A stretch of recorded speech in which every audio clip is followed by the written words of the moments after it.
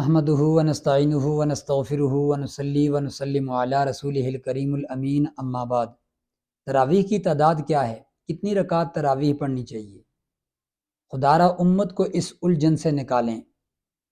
اس میں امت الجھی ہوئی ہے کہ 8 ہیں یا 10 ہیں یا 12 14 ہیں یا 16 18 ہیں یا 20 رکعت ہیں۔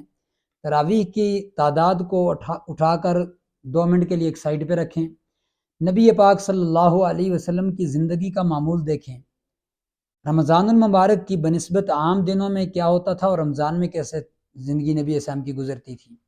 بخاری شریف کی یہ حدیث ہے کہ نبی پاک صلی اللہ علیہ وسلم عام دنوں کی بنسبت رمضان المبارک میں نیک اعمال میں کثرت کیا کرتے تھے، صدقات میں کثرت کیا کرتے تھے، نیک اعمال میں کمر بستہ ہو جایا کرتے تھے، رمضان المبارک میں زیادتی کرتے تھے نیک اعمال میں۔ تو 8 رکعت کم ہے، 20 زیادہ ہیں، کوشش کرنی چاہیے کہ زیادہ ہوں۔ اگر 20 سے بھی کوئی زیادہ کرتا ہے، 30 40 50 رکعت 100 رکعت رات کو ساری نفل پڑھتا رہتا ہے تو اس پر کوئی قدغن نہیں ہے، نوافل ساری رات پڑھ سکتا ہے۔ لیکن 8 پر مصر نہ کہ جی تراویح 8 رکعت ہے اور باقی نوافل پر کوئی پابندی نہیں ہے، تراویح صرف 8 رکعت ہے۔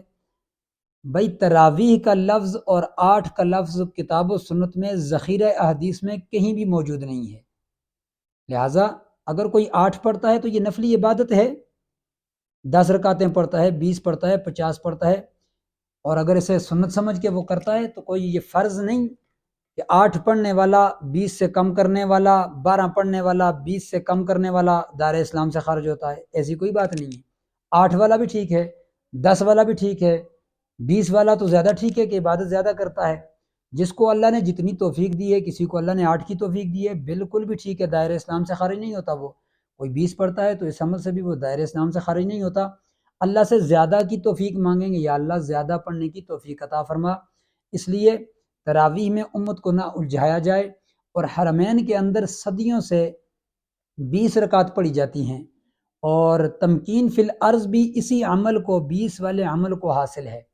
اس لیے اس سے امت کو نکالا جائے، جتنی جس کی توفیق ہے وہ عبادت کرے، لیکن رمضان المبارک میں کثرت کرنی چاہیے۔